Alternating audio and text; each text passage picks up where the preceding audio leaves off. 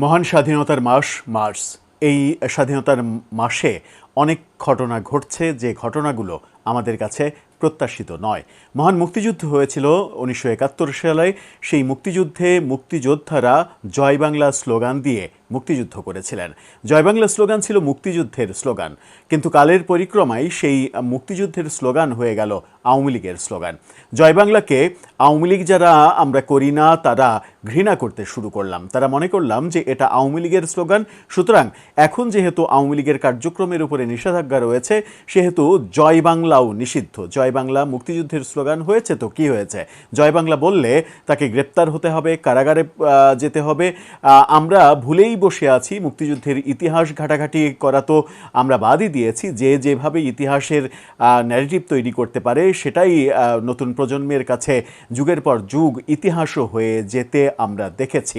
তেমনি প্রফেসর ইউনূস সরকারের মেটিকুলাস ডিজাইনে মুক্তিযুদ্ধের অনেক কিছুকে ভুলিয়ে দেওয়ার চেষ্টা অনেক বেশি হয়েছে। এর আগেও হয়েছে, কিন্তু প্রফেসর ইউনূসের আমলে সব থেকে বেশি হয়েছে।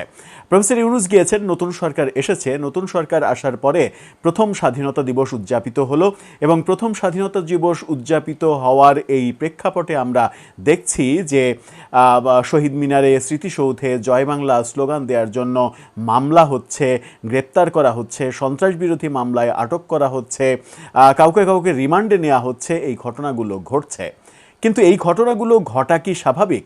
নতুন সরকার, বিএনপি সরকার যখন ক্ষমতায় এসেছে তখন স্মৃতিসৌধে কিংবা শহীদ মিনারে কেউ যদি জয় বাংলা স্লোগান দেয় তার জন্য কি তাকে আটক হতে হবে?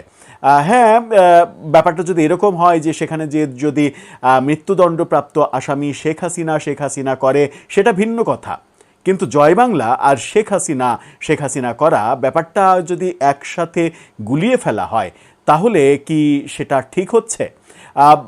আজকে বিভিন্ন গণমাধ্যমে, গতকালকে থেকে আজকে পর্যন্ত বিভিন্ন গণমাধ্যমে বহু খবর আসছে। সেই খবরগুলো আমরা দেখছি স্মৃতিসৌধ থেকে, শহীদ মিনার থেকে, ঢাকায়, সুনামগঞ্জ সহ বিভিন্ন জায়গা থেকে গ্রেপ্তার, সন্ত্রাস বিরোধী আইনে মামলা, আটক, রিমান্ড, এই ঘটনাগুলো ঘটতে দেখছি। চলুন একটু জেনে দেখি আমরা যে জয় বাংলা স্লোগান দেওয়ার কারণে কাদেরকে গ্রেপ্তার করা হলো, কেন মামলা দেওয়া হলো, কাদেরকে রিমান্ডে নেওয়া হলো। ঢাকা এবং সুনামগঞ্জের এই ঘটনাগুলো বিশ্লেষণ করে বোঝার চেষ্টা করি আদতে হচ্ছেটা কি দেশে, যে ব্যাপারটা শুরু হয়েছে মেটিকুলাস ইউনূস সরকারের আমল থেকে। সেই আলোচনাই করবে এই ভিডিওতে। থাকবেন পলিটিক্স টিভির নিয়মিত আয়োজনে।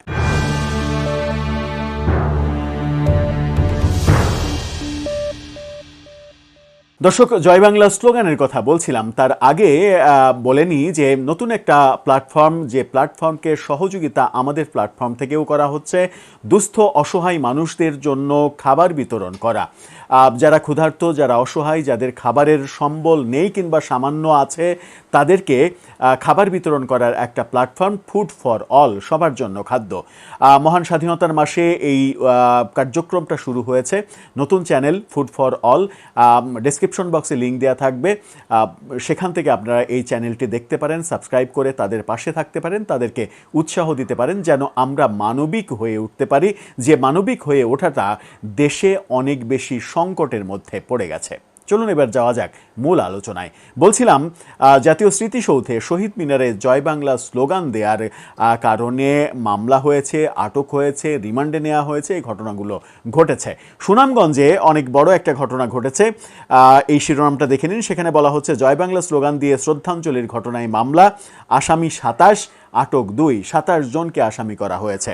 কেন এটা করা হলো চলুন একটু দেখি। সুনামগঞ্জে জয় বাংলা স্লোগান দিয়ে স্মৃতিসৌধে শ্রদ্ধাঞ্জলি দেওয়ায় 2 আইনজীবীকে আটক করেছে ডিবি পুলিশ। তাও আর আইনজীবীকে আটক করেছে। বৃহস্পতিবার রাতে নিজ নিজ বাসা থেকে তাদের আটক করা হয়। আটক আসামি 2 জন হলেন সুনামগঞ্জ সরকারি কলেজের সাবেক ভিপি ও বঙ্গবন্ধু আওয়ামী আইনজীবী পরিষদের সদস্য মনীষ কান্তি দে মিন্টু এবং বঙ্গবন্ধু আওয়ামী আইনজীবী পরিষদের সদস্য অ্যাডভোকেট শামীম আহমেদ। এই ঘটনার রাতেই 27 আইনজীবীকে আসামি করে সন্ত্রাস বিরোধী আইনে মামলা করা হয়েছে। সন্ত্রাস বিরোধী আইন মানে তারা সেখানে সন্ত্রাসী কার্যক্রম করতে গিয়েছিল, সেই সন্ত্রাস বিরোধী আইনে মামলা হয়েছে। সন্ত্রাস বিরোধী আইনে দায়ের করা মামলার বাদী হলেন সুনামগঞ্জ কোর্টের উপপরিদর্শক এসআই আনোয়ারুল হক কোর্টের এসআই মানে সরকারের পক্ষ থেকে এই মামলা করা হয়েছে। চিন্তা করেন ব্যাপারটা। এজাহারে আসামি হিসেবে 27 জনের নাম উল্লেখ করা হয়েছে, তারা সবাই আইনজীবী। মামলা দায়েরের বিষয়টি নিশ্চিত করেছেন সুনামগঞ্জ সদর মডেল থানার ভারপ্রাপ্ত কর্মকর্তা। এই সংগঠনের নেতারা সেটা বলা হচ্ছে যে আওয়ামী লীগ কার্যক্রম নিষিদ্ধ ঘোষিত সংগঠন, কিন্তু বঙ্গবন্ধু আইনজীবী পরিষদ সেটাকে আওয়ামী লীগের কোনো অঙ্গ সংগঠন? আওয়ামী লীগের কোনো অঙ্গ সংগঠন নয়। আওয়ামী লীগের সঙ্গে এদের দূরতম কোনো সাংগঠনিক সম্পর্কও নেই। আওয়ামী লীগের কার্যক্রম স্থগিত করা হয়েছে, নিষেধাজ্ঞা দেওয়া হয়েছে, সেটা আওয়ামী লীগ এবং আওয়ামী লীগের অঙ্গ সংগঠনের বেলায়। বঙ্গবন্ধু আইনজীবী ফোরাম এটা কোনোভাবেই আওয়ামী লীগের অঙ্গ সংগঠন নয়। যেহেতু অঙ্গ সংগঠন নয়, সেহেতু আপনি তাদেরকে আওয়ামী লীগ হিসেবে, আওয়ামী লীগের কর্মকাণ্ড করছে এই হিসেবে গ্রেপ্তার করতে পারবেন না আইনত। যে কাজটা করা হচ্ছে সেই কাজটা প্রফেসর ইউনূসেরই ধারাবাহিকতা বজায় রাখা হচ্ছে, যেটা অতি উৎসাহী পুলিশ কিংবা সরকারি কর্মকর্তারা এই কাজটা করছেন। আমার মনে হয় যে এই কাজ করার মাধ্যমে সরকারকেই তারা বিতর্কের মুখে ঠেলে দিচ্ছেন, বিব্রতকর পরিস্থিতির মুখে ঠেলে দিচ্ছেন। যে বিতর্কটা তৈরি করেছিল প্রফেসর ইউনূস সরকার, সেই একই বিতর্কে বর্তমান সরকার কেউ ফেলতে চাইছে প্রফেসর ইউনূসের মেটিকুলাস ডিজাইনে সাজিয়ে রাখা পুলিশ প্রশাসন। এটাই কেন যেন মনে হচ্ছে। শুধু খবর ওইটাই না, খবর আরও রয়েছে। এই শিরোনামটা দেখে নিন।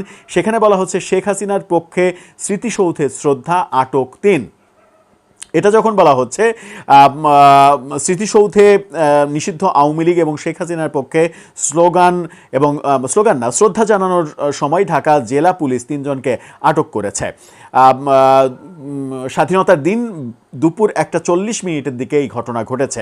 পুলিশ জানিয়েছে আটককৃতরা হলেন ময়মনসিংহ জেলার গৌরীপুর থানার রকিবুল ইসলাম দুর্জয়, ব্রাহ্মণবাড়িয়া জেলার বানসারুম থানার মিষ্টি সুভাষ ও ঢাকার তাহমিনা আক্তার। আটককৃতরা স্মৃতিসৌধের মূল বেদিতে ফুল দিয়ে বিনম্র শ্রদ্ধা জানাতে গেলে পুলিশ তাদের আটক করে। স্মৃতিসৌধে শ্রদ্ধা জানাতে গিয়েছে, সেখানে পুলিশ আটক করেছে। 3 জনকে বর্তমানে আশুলিয়া থানায় পুলিশ হেফাজতে নেওয়া হয়েছে। কিন্তু এই ব্যাপারে মিষ্টি সুভাষ এখানে বলা হচ্ছে, কিন্তু আমরা জানি যে মডেল মিষ্টি জান্নাতকে গ্রেপ্তার করা হয়েছে, যিনি কিনা আওয়ামী লীগের খুবই অ্যাক্টিভিস্ট, অনলাইনে অ্যাক্টিভিজম করেন। ইউনূসের আমল থেকেই এই অ্যাক্টিভিজম তার বিভিন্নভাবে চোখে পড়ছে। খুব একটা যে মানে কি বলবো যে পজিটিভ অ্যাক্টিভিটিস তার দেখা যায় তা নয়, অনেকটা এগ্রেসিভ অ্যাক্টিভিটিসই করেন। মানে ওই অ্যাক্টিভিটিসগুলো দেখে মনে হচ্ছিল যে প্রফেসর ইউনূস সরকারের আমলেই হয়তো গ্রেপ্তার হয়ে যাবেন তিনি, কিন্তু সেই আমলটা, সেই সরকারের বিরুদ্ধে অনেক কিছু করার ফলেও তিনি আটক হননি কিংবা নিজেকে সেফ রাখতে পেরেছেন। কিন্তু সরকার পরিবর্তনের পরে স্মৃতিসৌধে গিয়ে আটক হলেন।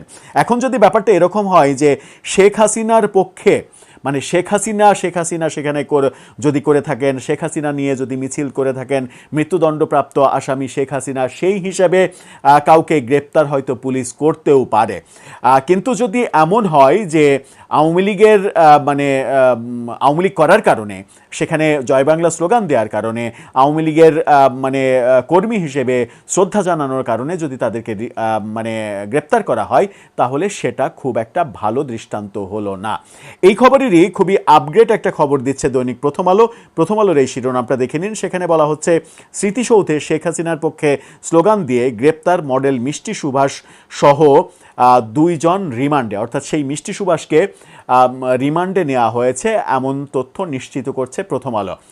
আদালত চত্বরে মিষ্টি সুভাষের একটা ভিডিও সামাজিক যোগাযোগ মাধ্যমে ছড়িয়ে পড়েছে দেখলাম। তিনি বলার চেষ্টা করছেন যে স্বাধীনতা সবার, স্বাধীনতা দিবসে কেন এটা হবে, জয় বাংলা সবার স্লোগান, এরকম কথা বলছেন।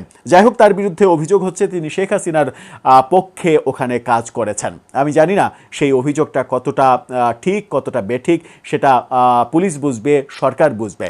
তবে সুনামগঞ্জে যে ঘটনাটা ঘটেছে, আর মিষ্টি সুভাষ যদি শেখ হাসিনা না করে থাকেন, যদি আওয়ামী লীগের কর্মী হিসেবে পরিচয়ের কারণেই তাকে গ্রেপ্তার করা হয়ে থাকে, তাহলেও সেটা খুব একটা ভালো উদাহরণ হলো না। কারণ মহান স্বাধীনতা দিবস উদযাপন করা কিংবা স্মৃতিসৌধে ফুল দেওয়ার অধিকার যদি কারো না থাকে, যে অধিকার আমরা দেখেছিলাম মেটিকুলাস ডিজাইনে প্রফেসর ইউনূস অনেকের অধিকার কেড়ে নিয়েছিলেন, শুধু তাই না, মহামান্য রাষ্ট্রপতির নামাজ পড়ার অধিকার পর্যন্ত প্রফেসর ইউনূস কেড়ে নিয়েছিলেন, ঈদের নামাজ পড়তে আসতে দেননি ঈদগাহে, এই ব্যাপারগুলোও তো আমরা দেখেছি। কিন্তু সেই ধারাবাহিকতা বর্তমান সরকারের আমলে থাকবে না, এটাই আমাদের প্রত্যাশা। মানে ব্যাপারটা এরকম না যে অনিয়মতান্ত্রিক হলেও নিয়মতান্ত্রিক হলেও কারো বিরুদ্ধে অ্যাকশন নেওয়া যাবে না, সেটা না। কিন্তু প্রফেসর ইউনূস যে মেটিকুলাস ডিজাইন সাজিয়েছিলেন, সেই ডিজাইনে বর্তমান সরকার, গণতান্ত্রিক সরকার, বিএনপি সরকার কাজ করবে না বলে আমার মনে হয়। দর্শক, আপনার কি মনে হয়? আপনার মতামত জানিয়ে লিখতে পারেন আমাদের কমেন্ট বক্সে।